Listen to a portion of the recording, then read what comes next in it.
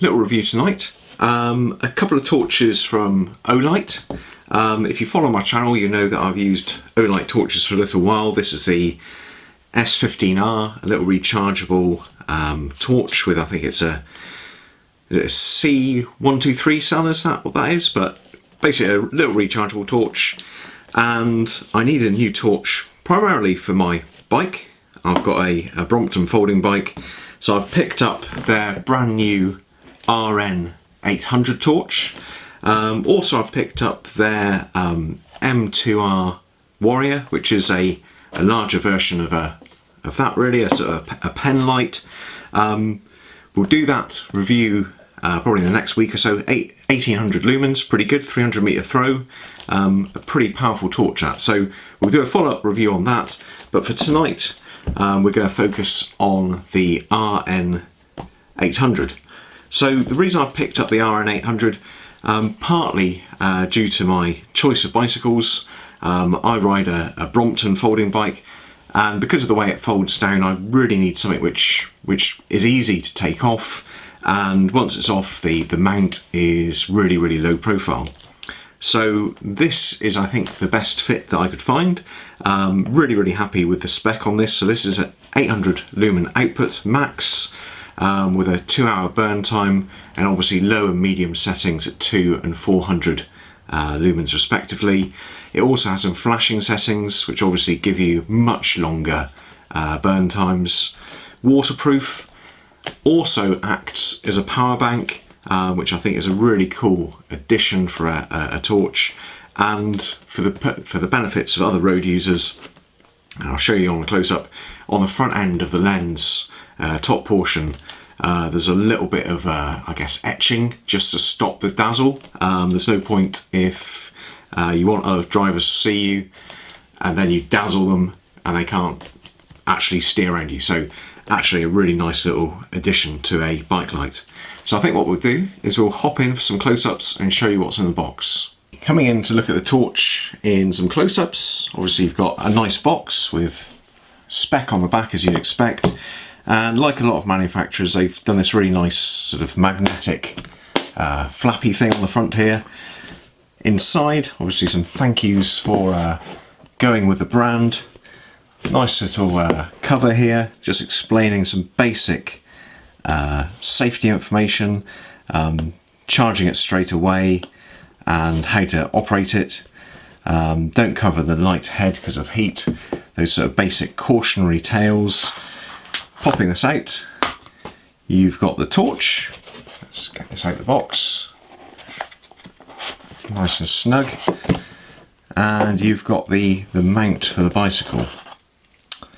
So as I say, a really nice low profile mount there, just what I wanted. Beyond that, I think this bit of foam comes out, and you've got some extra accessories down at the bottom here. You've got a second lower profile mount, fits slightly differently. I guess that's for a pre-existing, maybe it's a GoPro helmet style mount. You've got a couple of different lengths of mounting cables, I guess you'd call them, depending on your handlebar setup. Got a charging cable. You've got a Allen key to assist in fitting this, and having just briefly looked at this before the video, it's very easy to fit by the looks of it. And then you've got some instructions right at the bottom here.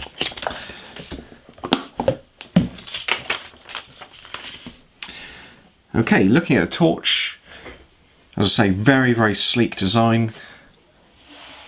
At the front there, you've got the sort of etched portion, which will create a bit of protection from dazzle for other drivers. You've got obviously the mount on the bottom, single button operation, and we'll get onto that in a moment. And at the back here, you've got the USB charging. So this is is that a USB-C? I think it's USB-C. And you've got the appropriate cable here. Now this can be used as a power bank, as I say, to power your phone or any other accessories that you might need to draw a bit of a charge onto. Obviously I think you're going to need to find a an appropriate cable. I certainly don't have a USB-C to, what would it be, a lightning connector for my iPhone.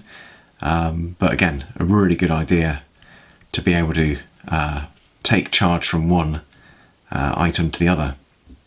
Moving on to the operation of the torch, as I say, it's a single button operation. If you just quickly touch the button, you can find out the charge status. So as you see, it glowed up green there. That means it's in the upper portion of its charge, operating fine. As it gets down to 20%, that will go red, and below that, at 10%, that will start flashing red. In order to operate the torch, it's a long button press on, and then a single button press to move between the different intensities of light, a double button press to switch between normal illumination and flashing. As you can see there, the power indicator is constantly activated when you're using a torch. So if we go on to the flashing mode, it's a quick double press. And again, to cycle through the different flashes or intensity of flash, a single press to cycle between the two there. Long button press to turn it off. And there is a memory function whereby it will remember which mode it was in, whether it's static light or flashing light, for next time you turn it on. Finally, before we pop this onto the bike, I just wanted to show you the simplicity of this mounting mechanism. I've not had many bike lights over the years, so this might not be a surprise to many of you, but I just thought it was really neat how it worked. It works simply by a 90-degree twist. So you're putting the torch in perpendicular to where you'd normally want it, and a simple 90-degree twist mounts it up there, and likewise off again. Really, really nice low profile, very easy to pop in the pocket or a bag. So it reminds me of the smoothness of modern telephones, iPhones, that sort of stuff. Really low profile. And the mount here, really, really nice design as well. You've got a couple of different lengths of strap to attach it to different sorts of handlebars. And actually, if you look at the design, it's got a really nice quick release. So you don't need to undo it all to get it on and off. You just need to loosen the Allen key bolt there, and then just unhook the end of the strap there. Very easy to get this on the bike, as I said. Simple action, simple few turns of the Allen key, and there's 3 different strap lengths to get it onto most different sorts of bars. Torch fits really easily, 90-degree turn. And then on to some shots, initially starting off here with the low setting at 200, moving on to the medium at 400. Always a little hard to give a faithful recreation of this. Obviously it's not a super bright light, you don't need it to be a cycle light. Finally the 800 setting, and then we move on to the flashing settings at 400 and 700 lumens respectively. Now these aren't really for you to light your way. This is really just to create or pick you out of the traffic and allow others to see you in areas of higher ambient light. That pretty much brings us to the end of the review. I hope you found that useful. Of course, if you did, please give it a thumbs up. I'd love it if you subscribed.